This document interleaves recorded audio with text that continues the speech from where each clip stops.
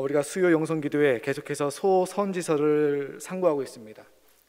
그리고 또 새벽에는 지금은 예레미야서, 예언서를 또 함께 은혜를 나누고 있습니다. 계속해서 새벽과 저녁이 멸망 이야기, 심판 이야기가 반복되고 있습니다. 하지만 우리가 이렇게 좀 듣기 힘든 멸망 이야기, 또 심판 이야기를 통해서 하나님이 우리에게 주시는 신앙의 본질, 그것을 다시 한번 붙잡을 수 있는 그런 귀한 시간 되기를 간절하게 바랍니다. 그래서 오늘은 나훔 3장입니다. 아수르, 고대 제국이죠. 아수르의 죄와 그로 인해서 하나님이 심판하시는 아수르의 마지막이 담긴 그런 이야기입니다. 이 아수르가 고대 근동에서 주인 노릇을 아주 톡톡히 했습니다. 그냥 주인이 아니라 아주 악독한 주인, 그리고 조직폭력배, 족폭 같은 그런 주인이었습니다. 다른 나라와 강제로 불평등 조약을 맺어갖고 강제로 조공을 받았습니다. 껐떡하면 위협을 했습니다. 협박을 했습니다. 그리고 타국을 침략하여서 식민지 만들고 그곳에서 혈세를 거둬들였습니다. 그렇게 해서 조공받은 것, 혈세로 뜯어낸 것, 그것으로 무엇을 했느냐? 강력한 제국, 화려한 도시를 만들었습니다.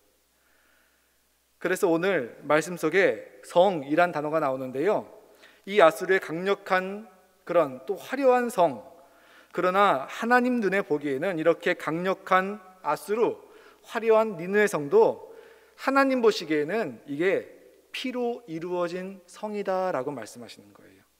그래서 오늘 3장 1절에서 아수르의 끝을 말하면서 화 있을진저 피의 성이여 라고 하나님은 말씀하고 있습니다.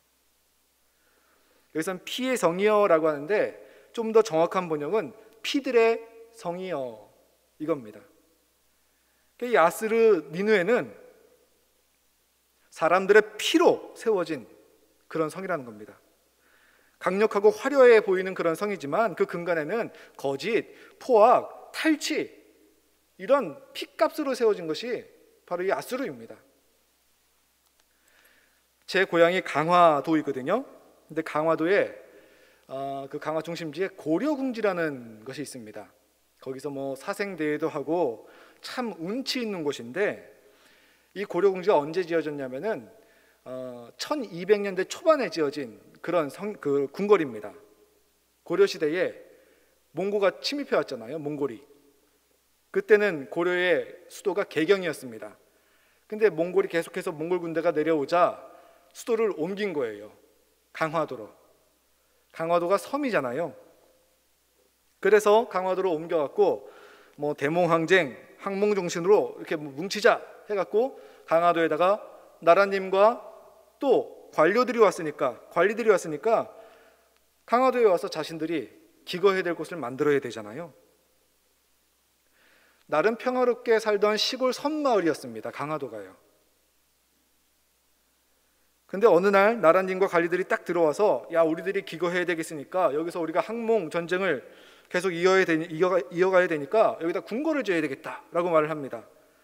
그래서 강화 주민들을 불러갖고, 사람들을 불러갖고 강제로 노역을 시켜갖고 지은 것이 고려궁지입니다. 그 큰 궁궐이 2년 만에, 그 옛날 1200년대에 2년 만에 그 큰 궁궐을 완공을 하는데 얼마나 사람들이 그 궁궐을 짓느냐고 얼마나 힘들었겠습니까? 그리고 더 나가서 그 고려 왕조를 이어가기 위해서, 그리고 대몽항쟁을 이어가기 위해서 필요한 것들 어떻게 조달을 했을까요? 주민들을 쥐어짤 수밖에 없죠. 고려궁지가 지금도 검색해 보면 굉장히 중요한 역사 유적지고 항몽정신의 터전하면서 굉장히 자랑스러운 곳으로 이렇게 나오는데요. 강화도 사람들에게는 그 당시 이거는요, 그 근간에는 그 백성의 피값으로 세워진 그런 궁궐입니다. 아수르가요, 이런 맥락에서 사람들을 탈취하고 거짓으로 포악하게 그 피값으로 아수르 성을, 니느웨 성을 세워간 겁니다. 이런 아수르가 이렇게 강력하고 화려해 보이는, 그러나 하나님 보시기에는 피의 성, 이것을 세우기 위해서 어떻게 했느냐? 오늘 말씀의 2절과 3절 보면은 굉장히 폭력적인 지배, 아주 위압적인 아주 군세를 보여주고 있는데요. 휙휙하는 채찍 소리, 윙윙하는 병거 바퀴 소리, 뛰는 말, 달리는 병거, 충돌하는 기병, 번쩍이는 칼, 번개 같은 창, 죽임당한 자의 때, 죽음의 큰 무더기, 무수한 시체여 사람이 그 시체에 걸려 넘어지니. 아수르 군대가 지나가는 모습입니다. 침략하는 모습이에요. 이걸 당하는 입장에서는 어떻겠습니까? 공포입니다. 그리고 이런 폭력적인 어떤 침략과 지배도 있었지만 정말 아수르 사람들이 머리가 좋았나 봐요. 4절을 보면은 이는 마술에 능숙한 미모의 음녀가 많은 음행을 함이라 하면서 미모의 음녀, 마술이란 그런 단어가 나옵니다. 이게 뭐냐면은 정신적인 지배입니다. 정신을 미혹해버리는 거예요. 그래서 전쟁을 준비하면서도 야, 우리는 평화를 원한다, 우리가 너희들을 잘 돌봐줄게, 뭐 이런 식으로 해서 뒤에서는 전쟁을 준비하면서 앞에서는 평화를 말하고, 그러면서 전쟁 준비가 끝나면은 한꺼번에 들이닥쳐갖고 모든 것을 집어삼켜버리는 그런 아주 폭력적이고 잔인한 그런 아수르입니다. 열왕기하 18장에 보면은 이 아수르가 예루살렘 성을 포위한 그런 장면이 나옵니다. 그 아수르의 군대에서 랍사게라는 사람이 예루살렘 성을 포위하고 그 다음에 예루살렘 성에 있던 사람들을 고사시키면서, 근데 그 예루살렘 성 사람들한테 아주 매혹적인 말을 하는 그런 장면이 있습니다.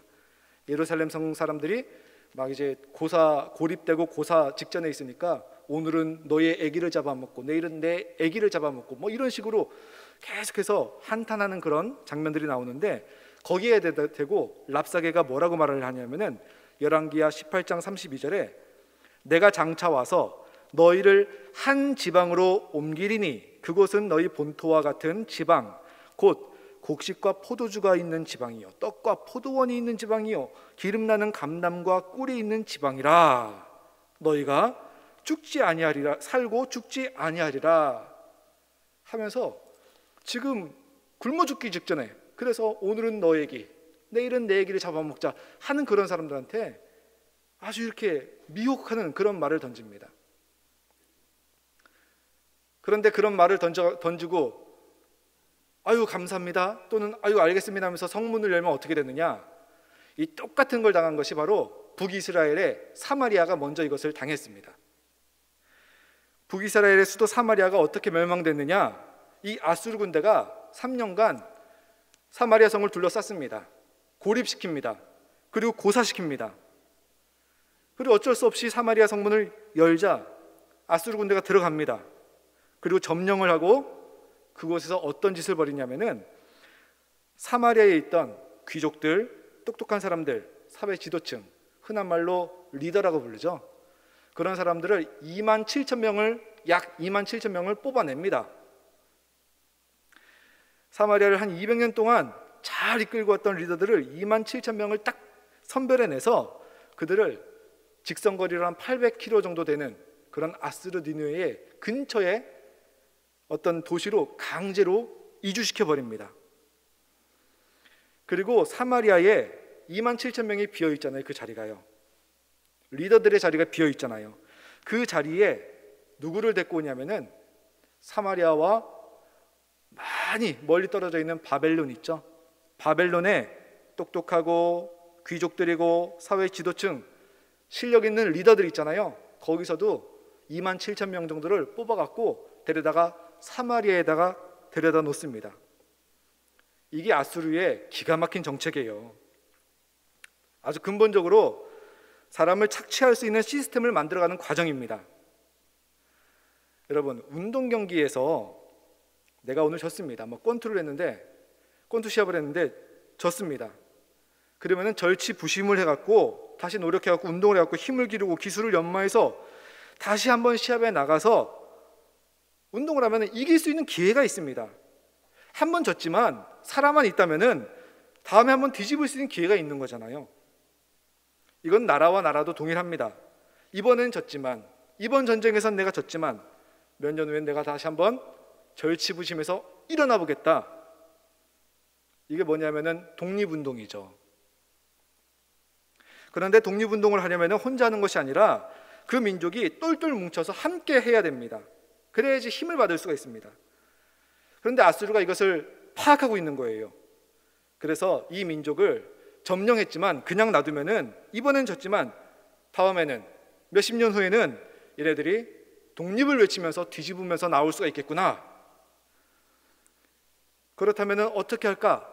이 아수르가 생각하는 것이 뭐냐면은 정말 똑똑한 그 사회 리더들이 있잖아요. 그 리더들을 27,000명 정도를 다 빼버리는 거죠. 그리고 강제로 외국으로 이주시켜버리는 거죠. 그 리더들이 싹 빠지면은 사람들은 모여 있지만은 일의 성과는 높지가 않습니다. 일의 성과가 높지 않으면은 그냥 근근히 먹고 살 거 아니에요. 문제가 또 근근히 먹고 살게 되면은 경제는 활성화되지 않잖아요. 점령을 했지만 점령을 한 곳에서 세금을 뽑아내야 되잖아요. 재정을 뽑아내야 되잖아요. 그래야지 식민지를 다스리는 그런 재미가 있는 거잖아요. 그래서 어떻게 했냐면은 일의 성과를 높이기 위해서, 경제 수준을 높이기 위해서 저 멀리인 바벨론에 똑똑하다는 사람들, 그 리더들을 27,000명을 데려다가 사마리아에다가 집어 넣어버리는 겁니다. 그렇게 해서 이 똑똑한 바벨론 사람들이 사마리아에 강제로 이주되면은 들어와서 똑똑하기 때문에 경제활동, 먹고 살려고 경제활동을 열심히 합니다. 그러면 경제는 활성화되는 거예요. 하지만 이 똑똑하다는 사람들은 지금 사마리아에 있잖아요. 이스라엘 사마리아에 있는데 자신들은 바벨론 사람들이잖아요. 그러니까 아수르로부터 굳이 이 이스라엘 사마리아를 독립시킬 필요가 없는 거예요. 어차피 자기네 민족이 아니니까. 그래서 이 사마리아에는 바벨론 사람들이, 똑똑하다는 사람들이 한 27,000명이 들어와서 자기네만 잘 먹고 살면 된다 하면서 경제는 부흥되지만 독립에 대한 열망은 확 죽어버리는, 그래서 민족성이 완전히 말살되는 거죠. 독립운동은 생각도 못하게 만들어버리는 겁니다. 그렇지만 경제는 잘 돌아가기 때문에 세금은 잘 뽑아내는 거죠. 아수르가요. 그리고 시간이 좀 더 지나면은 사마리아 사람 원주민들과 타국에서 이주해 온 그런 사람들 자연스럽게 결혼하는 경우가 생기겠죠. 그래서 사마리아 도시는요, 이스라엘과 바벨론 사람들, 이방인들이 결혼을 하고 자식들을 낳으면서 새로운 부류들, 유대인이 아닌 새로운 부류들이 점점 하나하나 생겨나게 되는 겁니다. 그래서 나중에 사마리아 사람들이, 이 유다 사람들은 혈통의 순수성을 되게 중요하게 여기잖아요. 그래서 남유다 사람들이 북이스라엘 사마리아 사람들을 굉장히 무시한 게 저 사람들은 이방인과 통혼을 했기 때문에 피가 섞였다, 이렇게 손가락질 당하게 됩니다. 아수르가 이렇게 만들어버리는 거예요. 이게 아수르의 정책입니다.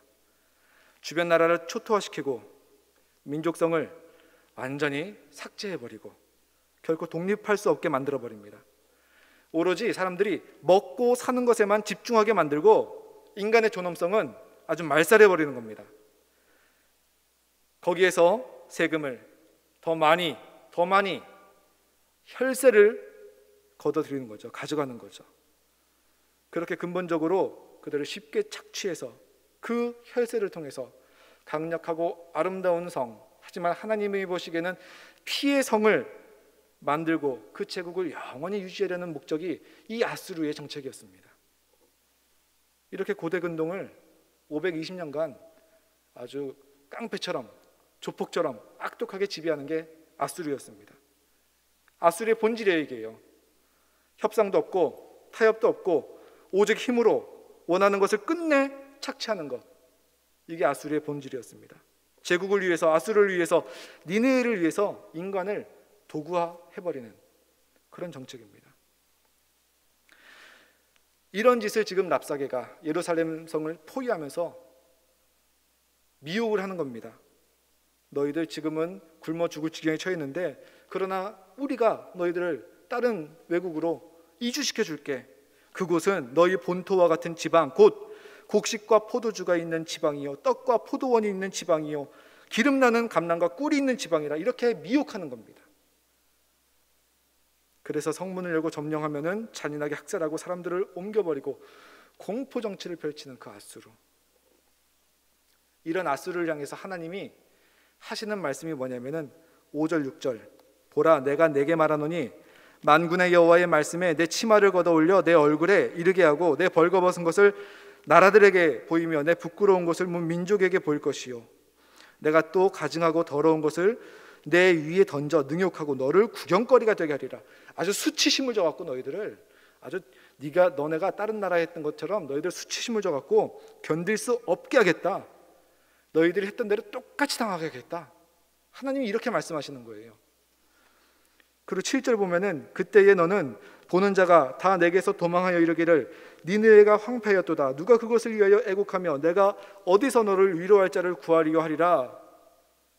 세상에서 제일 비참한 것이 죽음 앞에서 애도해 주는 사람이 없을 때, 애도해 주는 게 없을 때 그 참 비참하죠.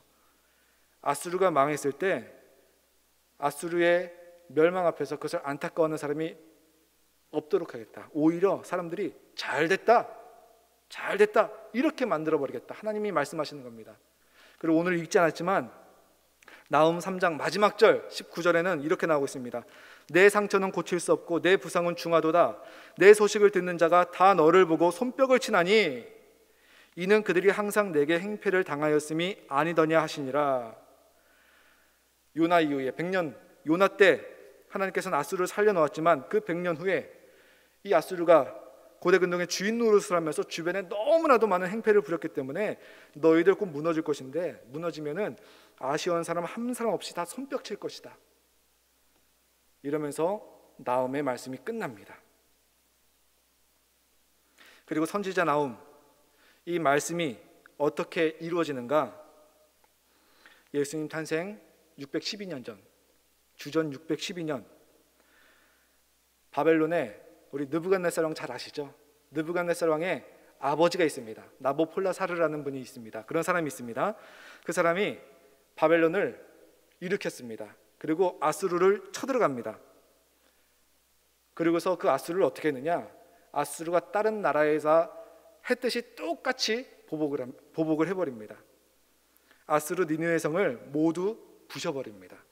그리고 불태워서 모든 것을 잿더미로 만들어버립니다. 그리고 불에 탄 니느웨가 복구가 되기 전에 아수르가 있던 티그리스 강, 그 강이 범람을 하면서 니느웨를 덮쳐버립니다. 그래서 아수르 니느웨 성 위로 그 물이 덮쳐버리는 바람에 강이 범람하는 바람에 그 위로 6m 높이의 모래가 덮여갖고 아수르 니느웨 성은 흔적도 없이 역사에서 자취를 감춰버립니다. 아수르는요 자기들이 했던 것처럼 하나님의 말씀대로 똑같이 당해서 멸망을 하게 됩니다.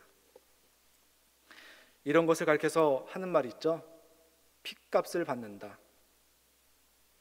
아수르가 없어졌을 때 그것을 아쉬워하거나 안타까워하거나 애도하는 이가 하나도 없었습니다. 오히려 손뼉치며 즐거워하고 잘됐다고 모두가 말했습니다. 하나님의 말씀이 이렇게 이루어집니다. 말씀을 준비하면서 이런 생각을 해봤습니다. 아수르가 없어졌을 때 모든 사람이 즐거워하고 손뼉치면서 잘됐다고 말했는데 만약에 교회가 만약에 교회가 이 세상에서 없어진다? 그러면 이 세상 사람들은 뭐라 그럴까? 교회에 대해서 뭐라 그럴까? 만약에 우리 교회가 이 지역에서 만약에 없어진다? 그러면 이 지역 사람들은, 이 지역 주민들은 뭐라고 말을 할까? 만약에 내가 사는 곳에서 우리가 이사를 갑니다. 이사를 간다면은 또 내가 일하는 곳에서 어떤 일로 인해서 내가 퇴사를 한다면은 그러면은 내 이웃은 또 나와 함께 일했던 동료들은 뭐라고 말을 할까? 없어져서 이사가서 퇴직해서 속 시원하네 이런 소리를 들을까? 아니면은 교회가 있어서 당신이 있어서 참 든든하고 행복했었는데 이런 안타까움에 소리를 들을 수 있을까? 고민이 되더라고요. 누군가가 있음으로 해서 그 자리가 불편해지고 또 불안해지고, 누군가가 나타남으로써 밝았던 분위기가 침묵으로 변한다면은 그처럼 불행한 존재가 없을 겁니다. 반대로 누군가가 있음으로써 그 자리가 소망이 생기고 기대감이 생기고, 한숨을 쉬고 있었는데 누군가가 나타남으로써 야, 우리 다시 한번 해보자 하고 희망이 생긴다면은 그처럼 복되고 소중한 존재가 없을 겁니다. 우리는 하나님의 자녀로서 복되고 정말 소중한 존재가 되어야 됩니다. 그러면 어떻게 하면 우리가 그렇게 하나님의 자녀로서 복되고 소중한 존재가 될 수 있느냐? 예수님께서 마태복음 7장 12절에 이렇게 말씀하셨습니다. 그러므로 무엇이든지 남에게 대접을 받고자 하는 대로 너희도 남을 대접하라. 우리가 잘 알고 있는 황금률이죠. 남을 대접하면 너희도 그렇게 대접받을 것이다. 그래서 우리가 내가 복되고 소중한 존재가 되기를 원한다. 그러면은 먼저 타인을 복된 사람, 소중한 사람으로 대접해 주시기 바랍니다. 그런 사람으로 여겨주시기 바랍니다. 아수르는 그걸 못했어요. 오직 잔인한 폭력과 미혹, 그 다음에 탈취, 착취, 그래서 그들이 없어졌을 때는 기뻐하고 손뼉치면서 즐거워했습니다. 우리가 먼저 존중을 받고 사랑을 받고 이해를 받는 그런 사람이 되기를 원한다. 그러면은 우리가 먼저 남을 있는 대로 존중할 수 있는 사람, 사랑해 줄 수 있는 사람, 이해해 줄 수 있는 사람, 이런 사람이 되어야 됩니다. 이것이 영적인 원칙입니다. 예수님께서 말씀하신 겁니다. 그러므로 무엇이든지 남에게 대접을 받고자 하는 대로 너희도 남을 대접하라. 그래서 우리 성도님들, 우리 사람이 살아가는 데는 삶의 큰 영역들이 있습니다. 특별히 성도들에게는 세 가지 큰 영역이 있습니다. 하나는 가정, 하나는 일터, 또 하나는 교회입니다. 그래서 우리 가정에서 우리 부모님들은, 자녀가 있는 부모님들은 내가 어렸을 때, 또 내가 젊었을 때 우리 부모님이 이러지 말았으면 하는 것 있었다면은, 그러면 우리 자녀들에게는 그것을 하지 않고 끊고, 또 반대로 우리 부모님들이 이렇게 해주셨으면 참 좋았을 텐데 했던 것이 있으면은 우리 자녀들에게 그거 해주시면 됩니다. 일터에서 좀 지위가 있으신 분들은, 직급이 있으신 분들은 옛날에 우리가 직급이 낮았을 때 그때를 생각하셔서 상사가 좀 이러지 말았으면 했던 것이 있었다면은 그거 하지 말고 그거 끊어내고, 반대로 상사가 이런 것 좀 해줬으면 참 좋았을 텐데 라고 하는 거, 그거 하시면 됩니다. 우리 교회에서 신앙생활하면서 이제 신앙에 연륜이 있으신 분들, 신앙생활의 그 시작의 때를 기억하셔서 믿는 사람들이 이러면 참 안 좋은데, 이러지 말았으면 참 좋을 텐데 라고 했으면은 그거 하지 않고 그거 끊어내고, 반대로 교회 다니는 분들이, 믿는 분들이 이래졌으면 참 좋겠다 했던 것들이 있으면은 그거 하셔야 됩니다. 그걸 먼저 할 때 우리가 가정에서, 일터에서, 교회에서 복되고 소중한 존재가 되고요, 복되고 소중한 존재, 그 존재가 있는 가정과 일터와 교회가 복된 곳, 변하게 되는 겁니다. 그래서 우리 성도님들, 하나님의 자녀로서, 예수님의 제자로서, 성령님께 사로잡힌 성도로서 우리가 하지 말았으면 했던 것이 있다면 우리가 먼저 끊어내고, 그 다음에 해줬으면 했던 것이 있다면 우리가 먼저 시작해야 됩니다. 그러면 됩니다. 그래서 우리 가정을, 우리 일터를, 우리 직장을, 우리 교회를, 우리 사회를 복되고 소중한 곳, 하나님이 임재하시는 천국을 만들 수 있는 여러분과 제가 되기를 예수님의 이름으로 축복합니다.